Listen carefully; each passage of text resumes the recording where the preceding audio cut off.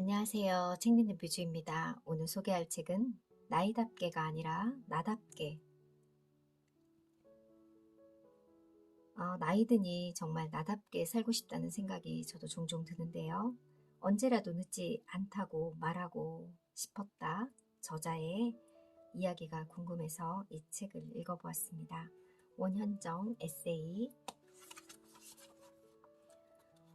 원현정 대학에서 사회학을 전공하였으나 미국에서 보서, 감정사 자격증을 딴 것을 계기로 다시 대학원부터 박사 과정까지 장신구 디자인을 전공했다. 주얼리 디자이너로 20년, 대학 강사로 5년, 갤러리 대표 겸 큐레이터로 10년을 일했다.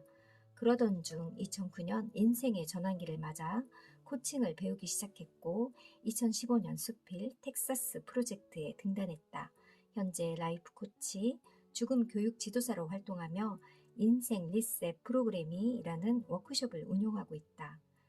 저서로는 아이미, 별 볼 일 있는 여행 등이 있다.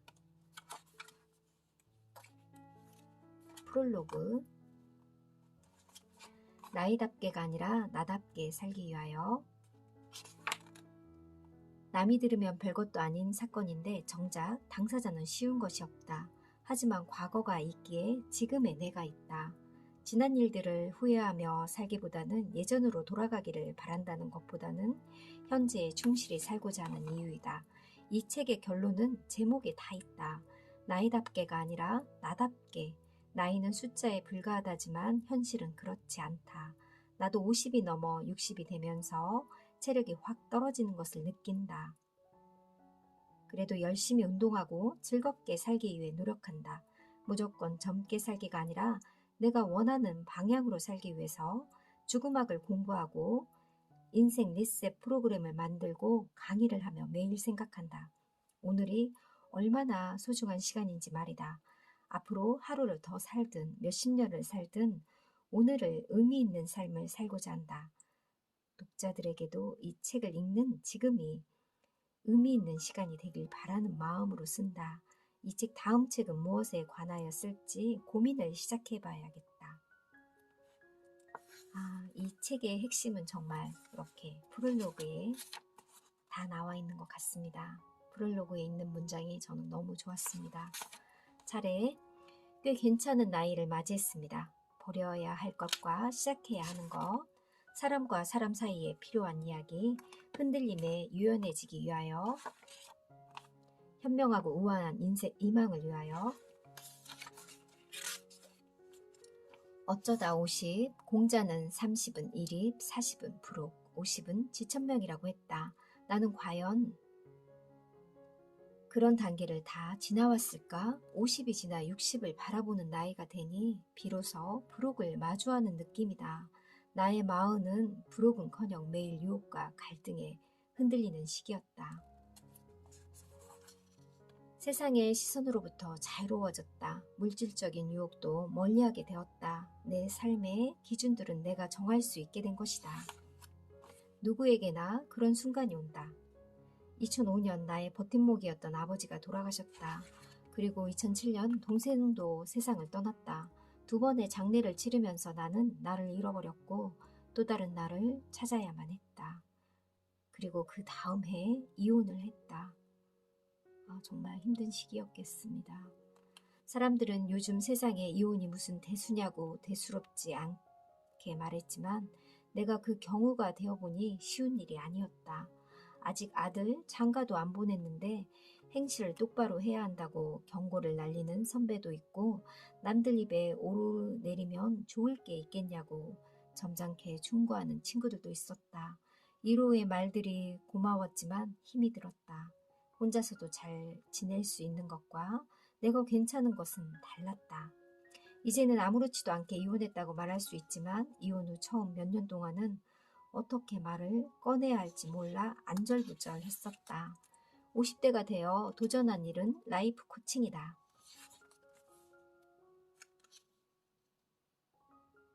목표 지점은 없지만 나는 지금 올라가는 중이다. 성공이 문제가 아니라 지금 어떻게 사는지가 중요하니까. 나이 들어 좋은 점이 뭐가 있으세요? 우선 여유가 생겼죠. 예전에는 성공만 쫓느라 바빠서 모든 게 기브 앤 테이크였어요. 내가 이만큼 주면 상대방도 그만큼 주면 그뿐이라고. 운전할 때도 너무 급하게 달리다 문득 내가 왜 이렇게 서두르나 싶을 때도 있었죠. 지나고 보니 주변 사람들에게 잘못한 것도 미안한 것도 너무 많아요. 자연이 눈에 들어오는 나이. 나이가 들수록 자연과 계절의 변화에 민감해진다. 봄이면 꽃이 피길 기다리고, 여름이면 그 뜨거운 열정에 놀라고, 가을이면 침착함에 가라앉고, 겨울이면 혹독한 추위를 버틴다. 마음이 고와야 여자라고. 젊은 사람들에게 외모보다는 인성이 중요하다고 단칼에 잘라 말하기엔 현실이 그리 녹록지 않음을 안다. 면접 때 외모는 단지 얼굴 생김이 예쁜지 아닌지를 말하는 것이 아니다. 타인에게 어떤 인상을 주는지에 따라 결과가 달라지니 말이다. 오목조목 예쁘게 생겼지만 표정이나 태도가 좋지 않은 경우도 많다. 외모 지상주의라고 무조건 비판하기에 앞서 남들에게 보이는 표정과 태도를 잘 관리하고 자기만의 매력을 찾아서 개발하는 노력이 필요한 것 같다. 주책의 기준은 누가 정하나? 카페를 정하는 몇 가지 기준도 있는데 일단 너무 작은 곳은 안 된다. 작으면 오래 앉아있기에 눈치가 보이니 말이다. 가끔 핫하다는 소문난 카페에 들어가면 뻘쭘해질 때가 있다. 20대 아이들도 가득 차 시끌시끌하기 때문이다. 나란히 앉은 커플도 거슬린다. 눈치 보지 말고 하고 싶은 것도 하고 가고 싶은 것도 가면서 살자. 적절함의 기준은 내가 정하는 것이다. 내가 생각해도 너무 과하다 싶을 땐 조금 참으면 된다. 이렇게 다짐하며 속마음을 들춰내본다. 혹시 내가 주변에 민폐가 될 정도라면 누가 좀 말려줘요. 50대를 지나오면서 연애를 한 발짝 물러나 바라볼 수 있게 되었다. 세상이 내 맘대로 되지 않는 것을 조금씩 깨닫는 중이다. 사람 인연도 그렇다. 내가 곧 60이 된다면 40대까지만 해도 체중이 크게 변하지 않아서 늘어나는 몸무게에 잘 적응하지 못했다. 그러다 50대 중반이 되니 늘어난 숫자에 익숙해지고 점점 포기가 된다. 그냥 이렇게 나이가 들어가면 되나 싶기도 하고. 살을 빼는 것이 문제가 아니라 건강을 관리하고 유지하는 것이 더 중요하다. 그래서 건강식 유지의 식단을 짰고 운동을 시작했다. 몸도 마음도 조금은 가벼워지는 느낌이다. 외모를 치장하는 것보다는 내면을 돌보는데 관심을 가지게 된다. 그래야 내가 하고 싶은 일에 집중할 수 있으니.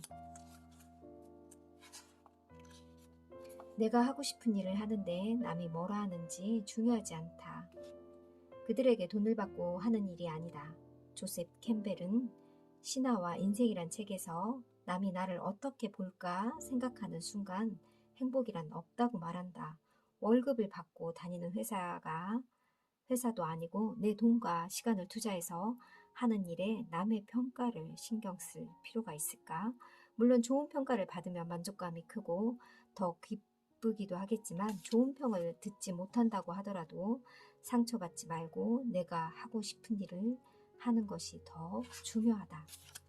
느리게 살기, 내가 어떤 사람인지, 무엇을 좋아하는 사람인지 지금부터 생각해보자. 독서와 음악 감상을 말할 것이다. 아마도 쉽고 만만하기 때문이겠지만 그중 진짜 책 읽기를 좋아하는 사람이 얼마나 될까? 혼자 음악을 틀고 책 읽기를 즐기는 사람이 정말 많을까? 그런데 독서도 취미가 되려면 갑자기 되지 않는다. 책을 고르는 것도 연습이 필요하다. 어떤 책을 읽어야 할지 미리 공부도 하고 조사해야 한다. 독서가 좋은 이유 중에 하나는 혼자 있는 시간을 즐기게 해준다는 점이다. 혼자 있는 시간을 즐길 수 있어야 삶도 여유로워진다. 고독은 스스로 선택할 수 있다. 고독이 인간을 철학하게 만들고 문학을 이해하게 한다고 생각한다. 나는 주로 책을 읽거나 글을 쓴다. 글이 쓰기 싫으면 그림을 그리기도 한다. 코로나19가 당분간 지속될 듯하니 지나가버린 시간들이 아깝지 않도록 집에서 할 일을 다시 잘 찾아봐야겠다. 나 때는 말이야. 요즘 젊은 것들이란 말은 로마 시대 때부터 있다고 하니 하루가 다르게 변해가는 요즘은 오죽할까? 쌍둥이도 세대 차이가 나는 세상이라는데 괜한 가르침이나 말로 젊은이들한테 칠 필요가 없지 않은가?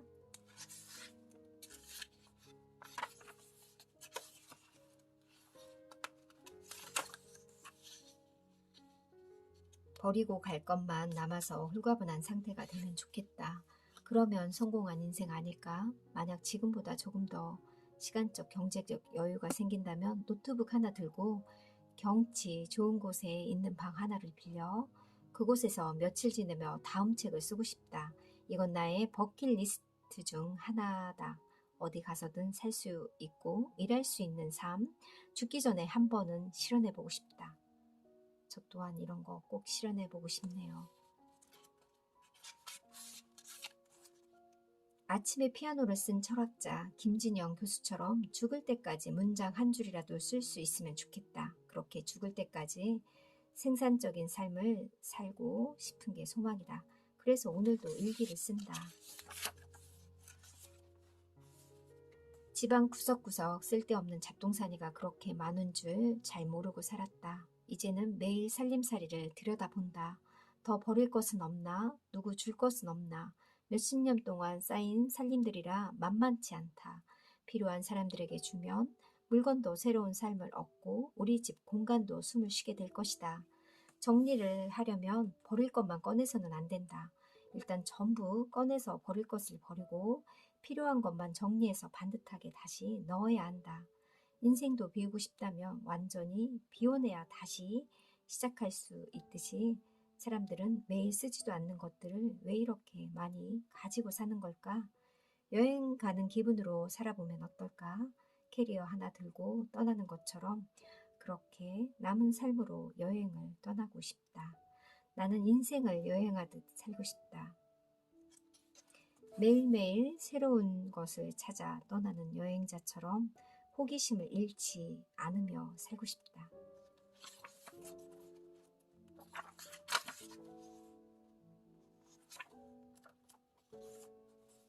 글을 쓴다는 것은 나를 들여다보는 일이다. 오래 들여다보고 깊이 들여다보며 나를 이해하게 되고 용서하게 된다.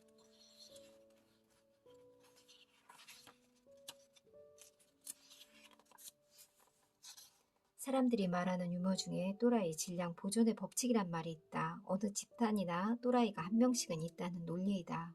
우리 팀에는 아무리 봐도 그런 사람이 없는데라는 생각이 든다면 자기 자신을 돌아봐야 한단다. 자신이 또라이라는 것이다. 남을 욕하기 전에 나를 먼저 돌아보는 게 필요하다. 우리나라에는 아홉수라는 말이 있다. 대부분 부정적인 의미로 쓰이는데 나이 끝에 구가 들어가는 해는 조심해야 한다고 말한다. 저도 올해 아홉수가 들어있는 해인데요. 조심해야겠습니다.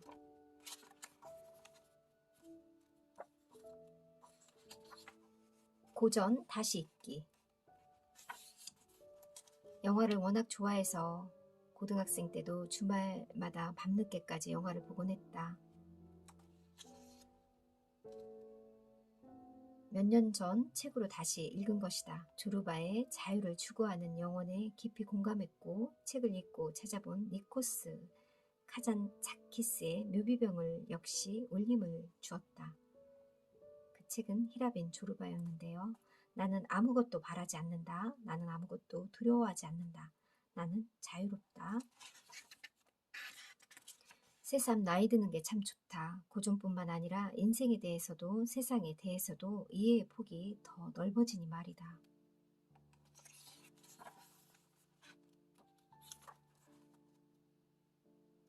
15년 전쯤 스트레스가 너무 심한 탓에 금방이라도 폭발해버릴 것만 같아 정신과를 찾은 적이 있다.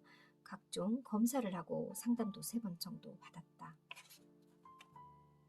앞으로는 남에게 내 운명을 물어보지 말고 코치답게 스스로 질문하고 바른 답을 찾아가며 살아야겠다. 라이프 코칭에 대해 강의하면서 정작 나는 점을 본다는 게 아이러니하지 않은가? 나라고 죽고 싶다는 생각을 한 번도 안 해본 것은 아니다. 너무 힘들 때 눈 감으면 모든 게 끝날까 싶은 적도 있었다. 그래도 죽고 사는 것은 인간이 선택하는 것이 아니다. 왜 사는지 고민할 때가 아니다. 어떻게 살아야 하는지 고민해야 한다. 죽기 전까지 내 힘으로 걸을 수 있고 움직일 수만 있다면 더 바랄 것이 무엇일까? 대단한 욕심도 없다. 다시 한번 죽음학의 원칙을 떠올린다. 누구나 내일 죽을 수도 있다. 해야 할 일들을 미루지 말고 오늘 해야 한다는 사실을 다시 뼈저리게 깨닫는다. 죽음을 생각할수록 오늘이 중요하고 지금 옆에 있는 사람들이 소중하다. 항상 주변 사람들에게 최선을 다하려고 한다. 할 만큼 했다라고 말할 수 있을 만큼 헤어져도 후회가 남지 않게 나를 위해서 말이다.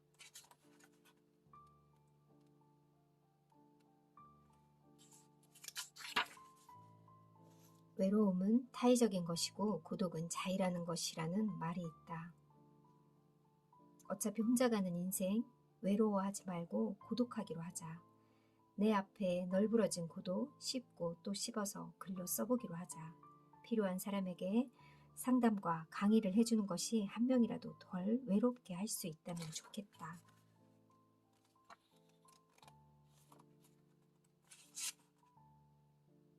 왜 죽음학을 아버지와 동생의 사망 소식을 들은 것은 모두 새벽이었다. 아버지는 뇌출혈로 쓰러지셨는데 초기와 달리 점점 상태가 악화되었고 나중에는 식사도 못하고 사람을 알아보지도 못했다. 스스로 식사를 못하게 되자 목에 호스를 끼워 시간 맞춰 유동식을 넣어야 했고 오래 지나지 않아 목에 있던 호스에도 문제가 생겨 그 다음엔 배에 구멍을 뚫어서 이와 바로 통하게 호스를 연결했다. 어떤 사람은 요양병원에 입원하기도 하지만 헌신적인 엄마 덕분에 아버지는 돌아가실 때까지 집에 계셨다. 나는 자연히 간병을 도우며 사람의 죽어가는 과정을 곁에서 보게 되었다.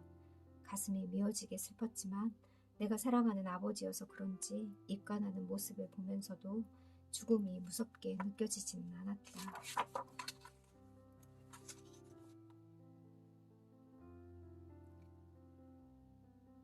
그래서 알게 되었다. 겪어보지 않으면 절대로 알 수 없는 일이 있다는 것을, 남의 고통을 함부로 이해한다고 말하거나 이루하면 안 된다는 것을, 내가 코칭을 배우고 상담을 할 때 더 겸손해지는 이유이다. 충분히 공감하지만 남의 아픔에 대해서 아는 척하지 않는 이유이다. 농담이라도 죽어버리겠다는 말을 쉽게 하는 사람들을 그냥 지나치지 못하는 이유다. 살고 싶지 않은 사람들을 붙잡을 이유이다. 내가 죽음학을 배우러 간 이유이다. 인생 리셋이라는 워크숍을 만들고 사람들에게 삶의 소중함을 이야기하는 이유이다. 죽음을 얘기하는 것은 오늘을 사는 것. 우리는 문득 내일 죽을 수 있다. 그리고 그때는 너무 늦을지도 모른다. 무엇을 하기에 적당한 때는 언제나 지금이다. 태양이 화려한 노을을 보여주고 지평선 뒤로 숨어버리면 이내 곧 깜깜한 밤이 되겠지만 나에게 어두워도 걸을 수 있는 지혜가 있기를 바란다. 많은 세월을 견뎌온 만큼 점점 어두워지는 길도 큰 실수 없이 잘 걸어갈 수 있었으면 좋겠다. 찬찬히 나 자신을 믿고 걷는다면 밤길도 헤매지 않고 올바른 방향으로 나아갈 수 있지 않을까? 이 책은 저에게 지혜와 어떻게 살아야 되겠다는 방향과 생각의 지혜를 주는 좋은 책이었습니다. 좋은 책 써주신 이분께 감사드립니다. 감사합니다.